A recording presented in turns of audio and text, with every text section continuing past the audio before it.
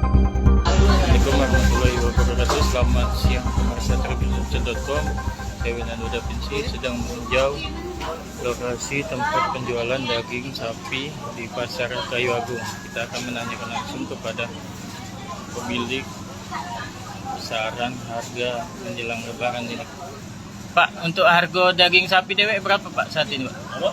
Harga daging sapi Sekarang 18 ya Pak ya. Kapan Pak mulai ningkatnya Pak? 3 hari. Sudah 3 hari ya Pak ya. Pak, ini kan tinggal 2 hari lagi jelang lebaran. Apakah bakal naik lagi Pak? Nggak lagi. Tidak lagi ya Pak? Udah mentok gitu ya Pak? Oke. Pak, kalau untuk selain daging utuhnya, tulang berapa itu? Kikil berapa? Kalau tulang 120. 120. Kalau daging bakso 130. 130. Nah, Itu udah naik kalau ya Kak? ya udah naik dulu. Biasa daging bakso 12, Heeh. jadi 13. Kalau daging segarnya biasanya? Daging murninya biasanya 16, jadi 18. Jadi 18 ya Kak. Jadi kita ini buka nyampe Hamin berapa Pak?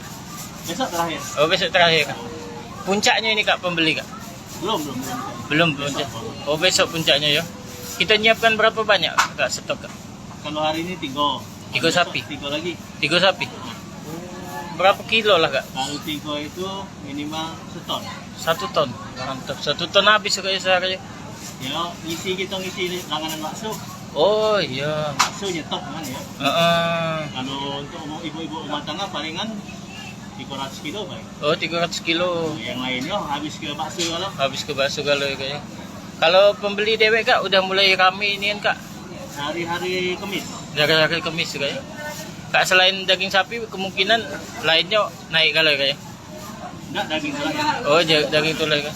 Kalau Lainnya mantap banget. kalau untuk tulang ini Kak Ya, tulang itu 120. 120 ya. Tulang iga. Oke. Kalau kambing tidak jual ya Kak? Tidak jual ya. Oke. Kak. Kak, kalau Atima ini berapa? 100. Oh, 100 ya.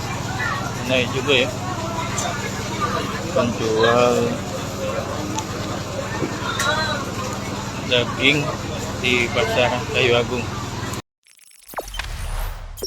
Jangan lupa subscribe, share, komen, dan like ya.